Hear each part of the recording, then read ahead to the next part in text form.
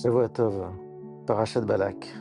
D'après le Sod, ce sont deux personnages, Esav et Lavan, deux ennemis attitrés du peuple juif, qui vont venir revendiquer à nouveau, pour l'un sa domination sur les forces du mal, qui est Lavan, et sur la sorcellerie, et pour l'autre son droit d'aînesse, Esav. On retrouve ce même combat lorsque Yaakov prend les bénédictions à Esav, et qu'un petit peu plus tard, il va prendre la dimension d'Israël, il va devoir se confronter à l'ange d'Amalek, qui est donc le Samer même, et il va s'appeler Israël.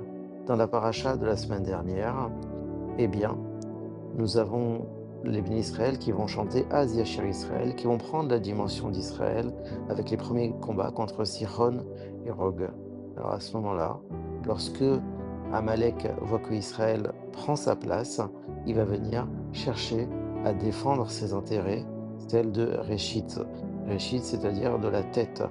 Le problème de Amalek, c'est que Amalek s'appelle Réchit Goïm Amalek, Rega, on y reviendra plus tard. Réchit Goïm Amalek, qui vient en contrecarré, on va dire, Bereshit bara Elohim, que le monde a été créé, Birshut Réchit, qui sont les Réchit, et là les bénis Israël. Et c'est quelque chose qui l'embête beaucoup. Rega, c'est exactement le temps qu'il faut à Bilam pour maudire les bénis Israël tous les matins lorsque le temps est venu pour Akadosh Baruch Hu, le temps de quelques instants. Rega,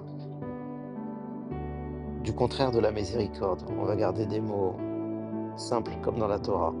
Eh bien, Rega, nous dira le Talmud, c'est un temps tellement court qu'il aurait fallu de dire juste un seul mot, Kélem, pour nous maudire. Alors, qu'est-ce que veut dire ce mot, Kélem, anéantir, et quelle force il peut avoir pour anéantir les bénis Israël qui sont sur le point d'entrer en terre d'Israël, et c'est un grand moussard pour nous de comprendre cela. En réalité, lorsque les bénis Israël vont rentrer un petit peu plus tard en terre d'Israël, ils vont avoir trois mitzvot. La première, ça va être la Hafrashat Trala. Quand on rentre en terre d'Israël, on doit avoir la notion du besoin de réparer le monde. Le monde a été sali, entre guillemets, par la faute de Adam et Trava. Et bien, lorsque Hachem a créé Adam, il a prélevé de la terre d'Israël de la terre. Et bien, la femme va à ce moment-là prélever à son tour pour donner. Donc l'idée de la terre d'Israël, c'est de venir donner et pas prendre, ce qui est un contresens dans notre société actuelle. Le deuxième niveau, ça va être celui de la Shemitah.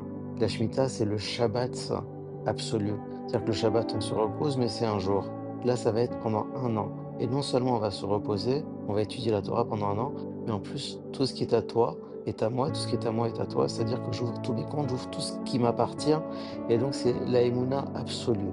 Donc, le don de soi et le don de tout ce qu'on a, et également la Emouna, sont déjà les deux premières qualités pour pouvoir rentrer en terre d'Israël. Et c'est pas rien.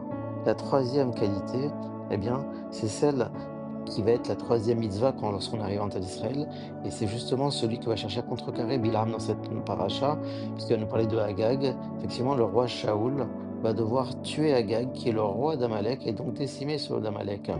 Et donc, la troisième mitzvah, ça a été pour Shmuel de nommer un roi. Et nommer un roi, c'était Shaoul. Mais à notre égard, lorsqu'à une échelle individuelle, qu'est-ce qu'on peut dire par rapport au fait de nommer un roi lorsqu'on fait notre alliance en terre d'Israël, par exemple? Eh bien, Melech, c'est exactement l'anagramme de Moarch, enfin, les Rachidevot, pardon, de Moarch, Lev et Keved. Moar, c'est le cerveau, Lev, c'est le cœur, et Keved, c'est le foie. C'est l'endroit où se situent les trois niveaux de Neshama, qui vont être Neshama dans le cerveau, le Ruach dans le cœur et le Nefesh dans le foie.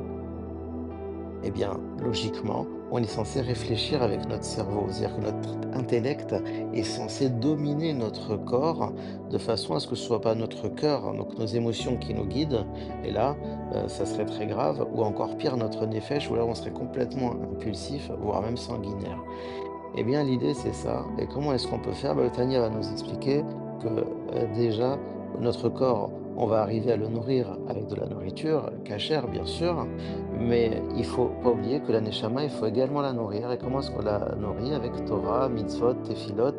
Et donc, c'est ce qu'on va dire également dans le schéma Israël. Donc, quand on dit Ve'arenenu beToratecha v'debekenu, etc., c'est exactement ces trois niveaux d'âme qu'on va venir eh bien, nourrir, hein.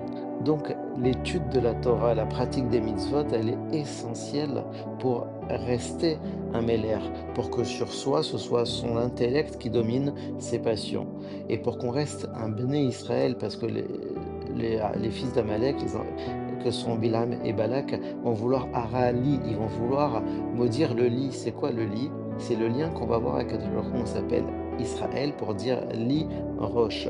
Li, c'est Re'at Pekudeshet Li, c'est le lien entre le lamed qui s'écrit avec un chaf et un vav sur le surplomb blanc qui fait en gematria 26 comme Yud Kevavke.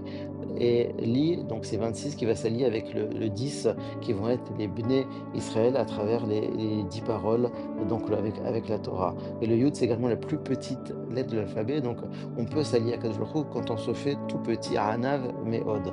Donc on a compris maintenant qu'est-ce que voulait faire Bilham, et c'est quoi ce Kelem qui pouvait dire le temps d'un instant de regard. Kelem, c'est l'inverse de Meler, c'est-à-dire qu'il voulait faire en sorte que on ne réfléchisse pas par notre intellect, par notre étude de la grâce à l'étude de la Torah, etc., où on va venir à renforcer notre âme pour qu'elle puisse venir maîtriser notre corps, mais il veut qu'on fasse l'inverse, qu'on soit attaché à la matérialité, à la naisse, au Hamor, avec le Keved qui va être le roi sur notre corps. Donc on va faire Keved, Lev et Moroir, qui vont être l'inverse de Meler pour faire Kelem, puisque là ça va être l'impulsivité qui va venir dominer notre corps. Baruch Adonai l'Olam, Amen.